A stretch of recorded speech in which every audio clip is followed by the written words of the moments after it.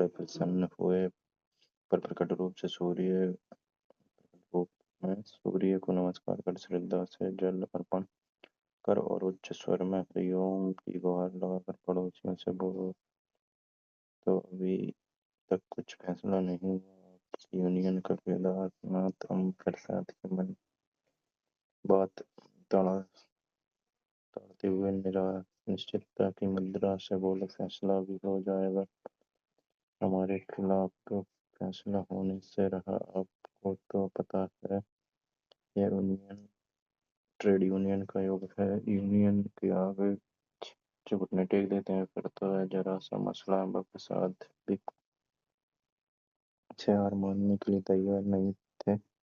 कुछ सोच विचार कर उन्होंने आंख खोल कर गोपनीय बात कहने के अंदाज में केदारनाथ से धीरे धीरे कहना शुरू किया, देखो भाई साहब, है तो ठीक है कि ट्रेड यूनियन का जमाना है और यूनियन में बड़ा दम होता है, पर आपकी नाम राशि के गिर हो ठीक नहीं है, इसलिए कुछ उपाय कीजिए वरना फैसला मिलने में संदेह है। केदारनाथ मुस्कुरा कर बोले, पंडित जी, हमारी और निदेशक महोदय की नाम राशि एक ही है। हम केदारनाथ और खैर सिंह, जो होगा देखा जाएगा। उपाय करने से ही क्या होगा। अम्बा प्रसाद छत से नीचे उतर आए। कौन इस दुष्ट के मुंह लगे और सवेरे सवेरे अपना मन खराब करे। श्याम को वैसे भी पंडित दुर्गा प्रसाद का फोन आया था, आने वाले ही होंगे। अम्बा प्रसाद अपनी गद्दी पर बैठ कर कुछ यजमानों के बरसफल निकालने लगे। कई दिनों से हाथ बड़ा तंग चल रहा था। कोई जन्म कुंडली दिखाने वाला बात बने।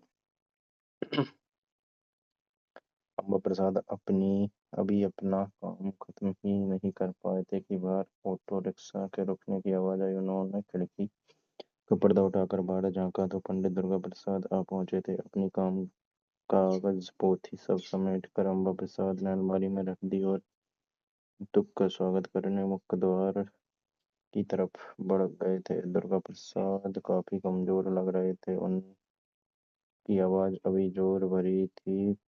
कुशल क्षेम और औपचारिकता के पश्चात दुर्गा प्रसाद अपने आगे के प्रयोजन पर पहुंच गए थे। वह गंभीर बोले, अम्बा प्रसाद, अब ब्राह्मण परिषद के गठन का समय आ गया है। अब हर कोई यह जानता है कि आज का ट्रेड यूनियन समाज का हर वर्ग अपने अधिकारों की रक्षा के लिए संगठित हो चुका है।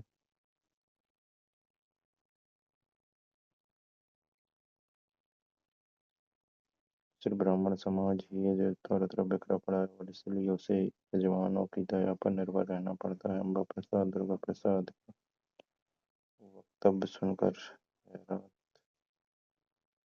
रह गए। मन में सोचने लगे, तो क्या अब ब्राह्मणों की ट्रेड यूनियन बनेगी। पर वह सहमति से सिर हिलाते हुए बोले, है बात तो आप अक्षरशः सत्य है। अक्षरशः सत्य है। हम ब्राह्मण सदियों से आपस में द्वेष रखते हैं। एक ब्राह्मण दूसरे ब्राह्मण को देखकर ऐसा गुर्राता है जैसे गली में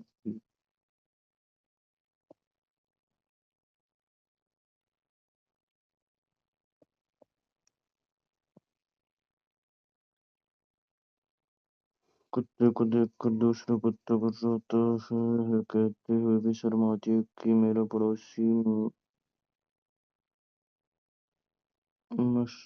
मिश्रा गुनगुनाता रहता है। ब्राह्मण कुत्ता नाव जाती देख गुर्राऊ। ब्राह्मण कुत्ता नाव जाती देख गुर्राऊ। दुर्गा प्रसाद बोले।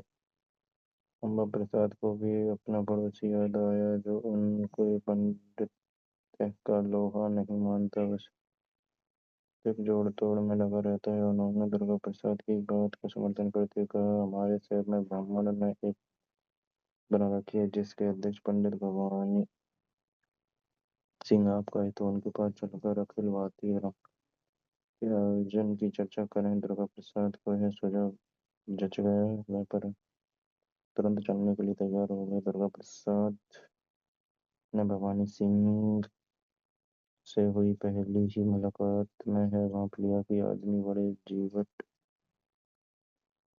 का है और असरदार भी। दुर्गा प्रसाद की हर बात भवानी सिंह बड़े ध्यान से सुनी। और यह ब्राह्मण सम्मेलन आयोजन किया जाए तथा ब्राह्मण द्वारा धार्मिक अनुष्ठानों की एक दर सूची बना दी जाए। से यजमानों में भी ब्राह्मण गला काट स्पर्धा के कारण जो यजमान कभी कभी सत्यनारायण की कथा करवाकर दक्षिणा में 5-10 रुपए भी दिखाते हैं, उनके भी आंख खुल गई।